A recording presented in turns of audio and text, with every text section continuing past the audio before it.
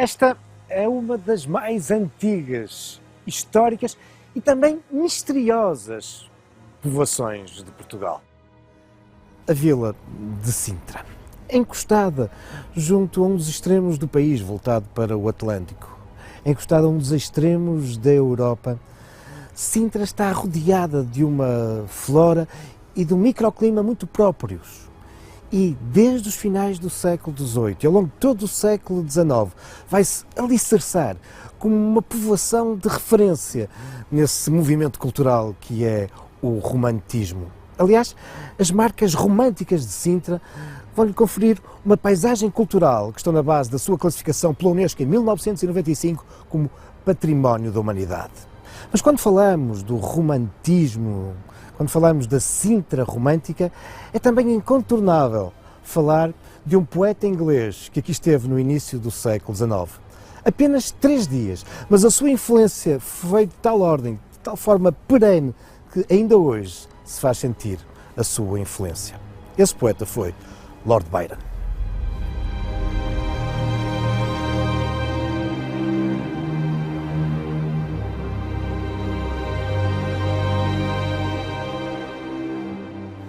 George Gordon Byron, o 6º Barão de Byron, ficou popularmente conhecido como Lord Byron. Nasceu em 1788 e mantém-se até hoje como um dos mais famosos, um dos mais lidos poetas ingleses de todo o tempo. E é uma referência absoluta quando falamos do romantismo. Ele é, de facto, um dos grandes divulgadores na língua inglesa dessa corrente literária e cultural, ficando associado a extensos poemas como Dom Juan ou A Peregrinação de Childe Harold. É também Byron que fica conhecido por uma vida muito atribulada, de excessos, um aristocrata, por exemplo, envolto em muitos amores com várias mulheres e também com vários homens. É uma figura marcante para a vila de Sintra, com efeito, porque numa carta enviada a partir de Portugal, Byron irá classificar Sintra como uma das mais belas vilas do mundo. Mas isso é um registro privado, uma carta privada. No entanto, nesse seu famoso poema que já referi, A Peregrinação, Byron irá classificar Sintra como a Glorious Eden, um paraíso glorioso. E dada a sua popularidade e da sua obra, a partir daí, imensos ingleses, e não só, farão questão de vir até Sintra, conhecer esse fabuloso paraíso. Byron torna-se, por isso, num homem que contribuiu, como mais nenhum, para a popularidade internacional de Sintra. Byron, que acabará por falecer muito jovem, 36 anos, em 1824, dentro do seu espírito idealista, vai participar na Guerra da Independência na Grécia contra os turcos. Acabará por falecer e é hoje considerado um herói entre os gregos.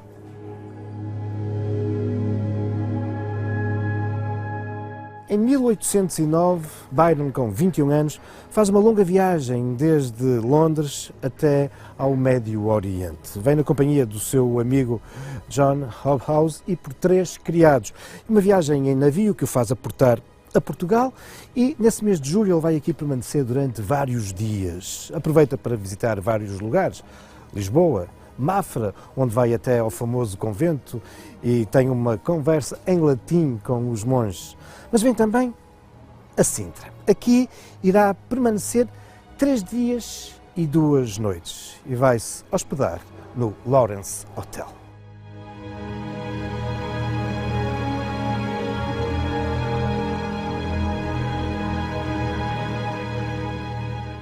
É este o quarto que, segundo a tradição, foi utilizado por Lord Byron quando se hospedou aqui no Lawrence Hotel, que na época era explorado por uma irlandesa que não deixou grandes saudades no companheiro de viagem de Byron. Com efeito, John Hobhouse vai se referir a ela como uma irlandesa suja e que cobrou uma exorbitância pela estadia dos dois aqui no hotel.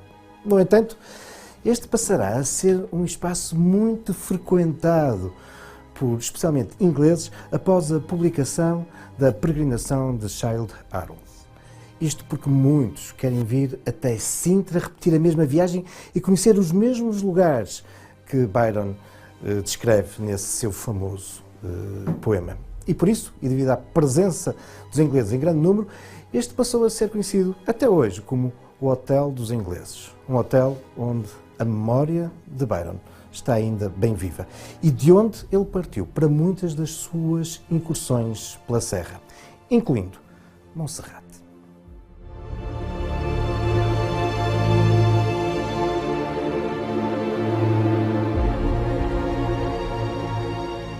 A razão que traz Byron a Monserrate prende-se com o facto de, alguns anos antes, na última década do século XVIII, aqui ter vivido um outro inglês riquíssimo, Beckford, que se havia também salientado na escrita. Beckford, um homem que viajara bastante, nomeadamente por Portugal e Espanha, deixando-nos importantes escritos diários sobre a sua passagem pelos países peninsulares. E em Sintra sabemos que esteve pelo menos 3 vezes, e uma das quais, durante alguns anos, alugou o palacete de Monserrate. Quando Byron aqui se desloca, há já alguns anos que a casa se encontrava abandonada. É um ambiente muito romântico. Byron descreve-nos uma casa de portas escancaradas, em parte em ruínas, tomada pela vegetação, mas no seu famoso poema Peregrinação, Byron, de alguma forma, reflete alguma tristeza pelo estado em que se encontrava a casa.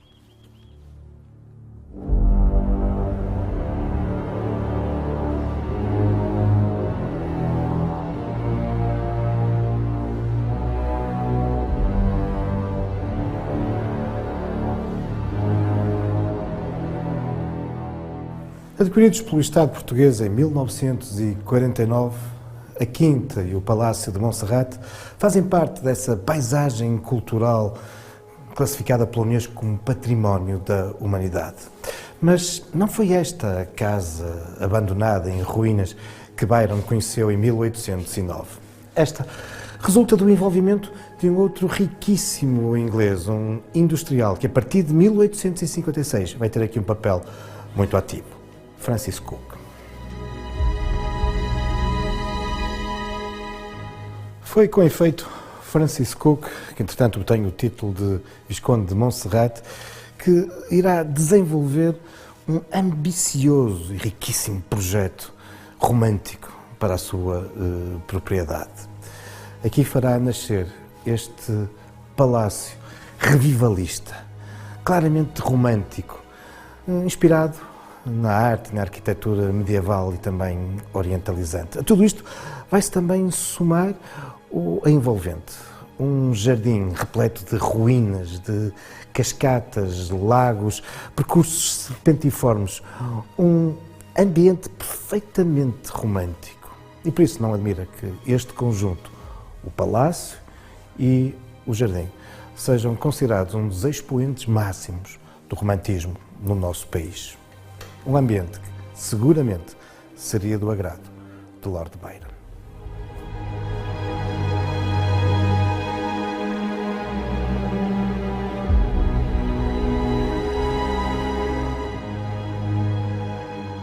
Outro dos lugares que Byron visita durante essa sua estadia de 3 dias aqui em Sintra é o Palácio de Setiais. Vem na companhia do seu amigo John Hobhouse, que no seu diário faz questão de salientar que aqui vieram por recomendação da irmã do Marquês de Marialva, que era o proprietário da casa e que apenas 7 anos antes, em 1802, havia mandado construir este enorme arco monumental, juntando os 2 corpos do palácio e que assinala a passagem do rei Dom João VI e Dona Carlota Joaquina aqui pelo palácio. Mas, na sua origem, este edifício havia sido construído no século XVIII para o cônsul da Holanda, em terrenos que haviam sido cedidos pelo Marquês de Pombal. Mas há um motivo muito especial, alguma curiosidade que arrasta até aqui Byron, algo que se havia passado no interior desta casa.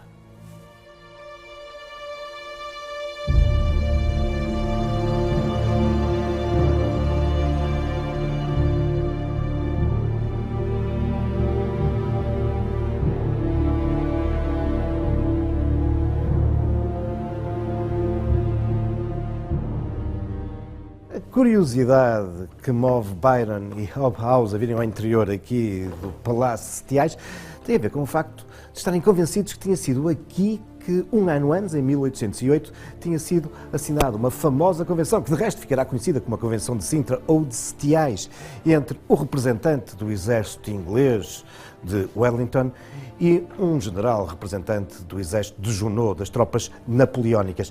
É um acordo que vai ficar, de alguma forma, muito mal visto, polémico em Inglaterra, e que, em boa verdade, tinha sido assinado no Palácio de Queluz. Só que um dos generais ingleses envolvidos nesse acordo dá essa notícia, escreve para a Inglaterra, a partir aqui de Sintra, de Setiais.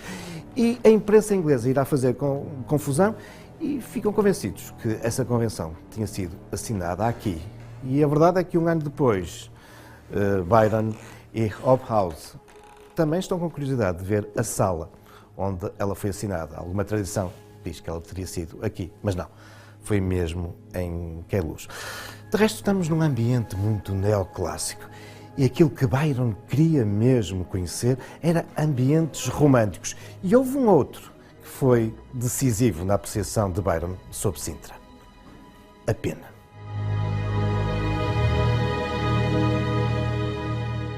O apego, o gosto de Byron e dos românticos pelas ruínas tornava incontornável uma subida ao alto da serra, mais precisamente às ruínas do convento de Nossa Senhora da Pena, um convento dos Jerónimos, que havia sido edificado no século XVI e que desde o terremoto de 1755 se encontrava arruinado. Aliás, o terremoto havia provocado a ruína de cerca de 2/3 dos edifícios aqui da zona de Sintra.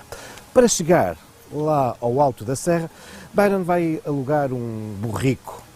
E é um caminho difícil. Estamos no verão. A vegetação não era tão exuberante como hoje e, a partir de determinada altura, a água deixa de abundar. E é por isso um percurso que Byron escreverá difícil, muito sol, muito calor, muita poeira. Ao longo desse percurso, ao longo da serra, Byron vai também confrontar-se com um grande conjunto de cruzes, umas toscas, outras uns cruzeiros. São, afinal, algo muito habitual no nosso país, são as estações dos Passos da Paixão. Mas Byron interpretou como sendo o lugar onde se assinalava sítios onde haviam sido cometidos assassinatos, enfim, contribuindo para um ambiente misterioso e tenebroso da Serra de Sintra. Enfim, contribuindo para adensar todo este ambiente romântico.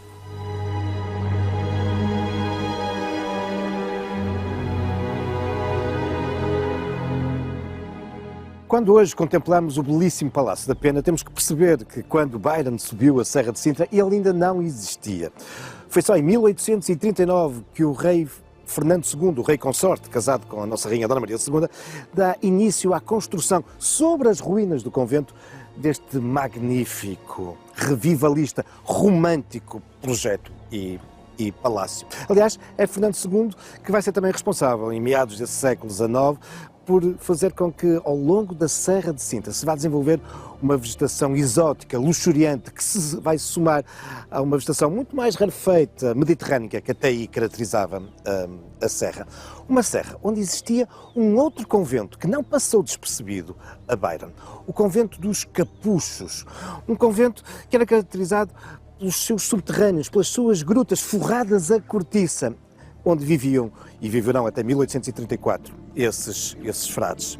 Enfim, grutas, subterrâneos, ruínas, um mundo por excelência para um romântico como Byron, que sempre irá procurar estes ambientes nas suas viagens, associando, se possível, a algum mistério, a algum temor.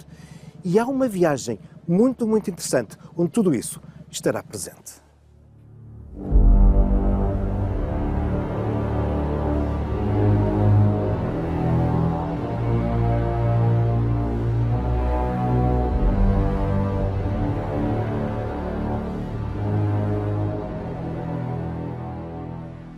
Entre as muitas outras viagens que Lord Byron fez, e não muito depois de ter estado em Portugal, em 1816, Byron decide passar o verão na Suíça. Vem acompanhado por um grupo de outros jovens apaixonados pela escrita, de algum modo ligado à aristocracia, e a uma certa boémia. Em boa verdade, eles vêm como que fugidos. Afinal, desse grupo faz parte, para lá de Byron, Percy Shelley, acompanhado com a sua amante. Percy era casado, mas envolvera-se com uma jovem de 18 anos, Mary, futura Mary Shelley. É obviamente um escândalo em Inglaterra. E daí acompanharem Byron nesta sua viagem até à Suíça. Também vem o médico de Byron, John Polidori. O grupo vai aqui planear algumas viagens, nomeadamente até aos glaciares nos Alpes. Mas frio é algo que será muito comum nesse verão.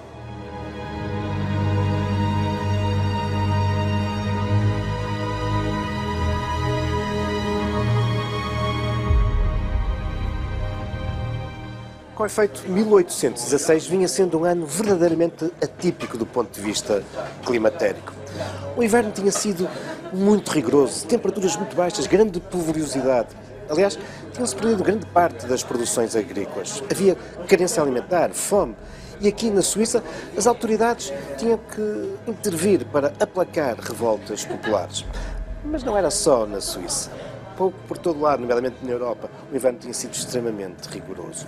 E tudo devido a um fenómeno verdadeiramente espetacular que tinha acontecido no ano anterior, em 1815, do outro lado do planeta, na Indonésia, na ilha de Java, a erupção do vulcão Tambora, uma das maiores explosões, uma das maiores erupções de que há registro, libertando toneladas e toneladas e toneladas de cinzas vulcânicas que se espalharam pela atmosfera do planeta e que, encobrindo, acabaram por contribuir para estas condições climatéricas tão rigorosas.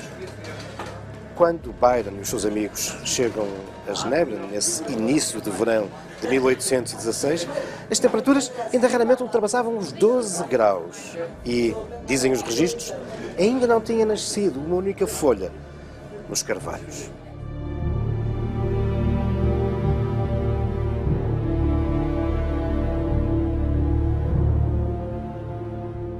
Byron e os seus companheiros instalam-se a povoação de Cologny, nas proximidades de Genebra, debruçada sobre o lago. Cologny que 200 anos depois continua a caracterizar-se pelo seu ambiente bucólico, por uma vegetação luxuriante. Afinal, não muito diferente de Sintra.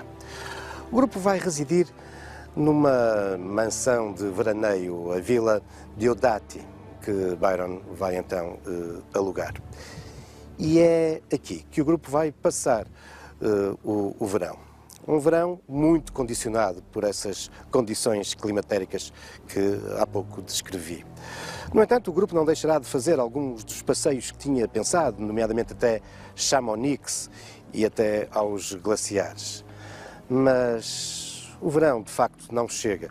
E este ambiente algo invernoso, escuro, faz com que o grupo passe grande parte do tempo aqui na mansão. Podemos até imaginar à noite, em torno da lareira, que se manteria acesa. E este é o ambiente que acaba por motivar Byron para desafiar os seus colegas a escreverem romances inspirados nas ruínas e em fantasmas. E, surpreendentemente, resultado deste desafio, acabarão por surgir obras que se tornarão marcantes. John Polidori, o médico do grupo, irá escrever The Vampire, o Vampiro, que será publicado 3 anos depois e que dá origem à obra pioneira deste género literário, cuja obra mais famosa virá a ser Drácula. Mas a mais importante das obras que aqui vai ser escrita nesse verão virá das mãos de quem menos esperaria. Da jovem Mary, apaixonada de Percy Shelley. Com efeito, com apenas 18 anos, ela irá conceber e escrever uma obra que se tornará marcante. Hoje, quando observamos os seus manuscritos, percebemos também que o seu amado foi sugerindo, dando algumas notas literárias, mas a obra Essa obra que é considerada uma das obras-primas da literatura romântica foi por ela concebida e escrita, aqui, na Vila Diodati. Mas que obra é essa, afinal?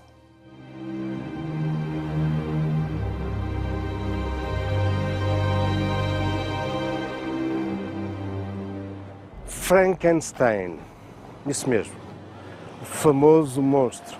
Foi essa obra que Mary Shelley aqui concebeu no verão de 1816, junto ao lago de Genebra. A obra seria publicada 2 anos depois, mas na altura ainda sem indicação da autora, não só porque era desconhecida, mas também o facto de ser mulher. Seguramente contribuiria para que as vendas não tivessem tido o sucesso que desde o início obtiveram.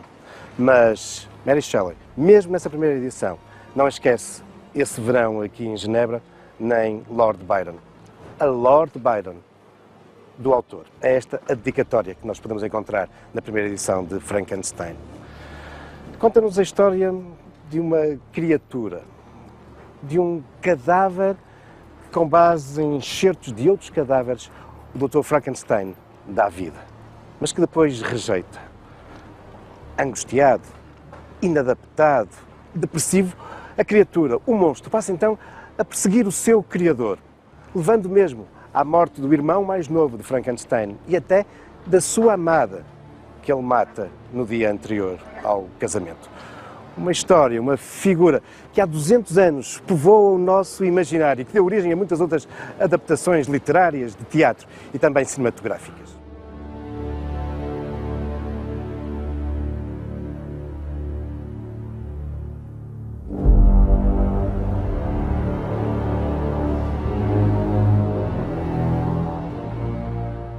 Já passaram 200 anos sobre a publicação de Frankenstein, de Mary Shelley, e provavelmente este romance nunca foi tão atual como nos nossos dias.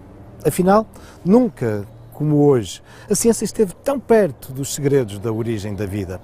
Nunca, como hoje, os cientistas aproveitaram órgãos e outras partes de corpos humanos recém-falecidos para dar vida, para manter vivos outros seres humanos. Nunca, como hoje, foi tão intenso o debate em torno das questões éticas, dos limites, até onde podem e devem ir os cientistas.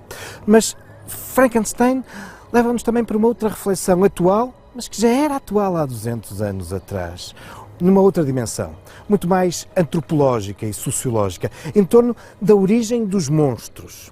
Afinal, Frankenstein, quando é criado, ele não é uma figura malévola. É a recusa, a ostracização a que é votado pela sociedade que acaba por fazer criar um monstro. É a sociedade que cria esse monstro. E, no fundo, temos aqui um romance com 200 anos, atual. A história cruzando-se com o presente. A história e a literatura. E um romance que, em grande parte, é explotado por um poeta, um escritor inglês, imbuído desse espírito do romantismo, que teve também um papel importante em alicerçar uma vila portuguesa, Sintra, como um dos expoentes máximos do romantismo.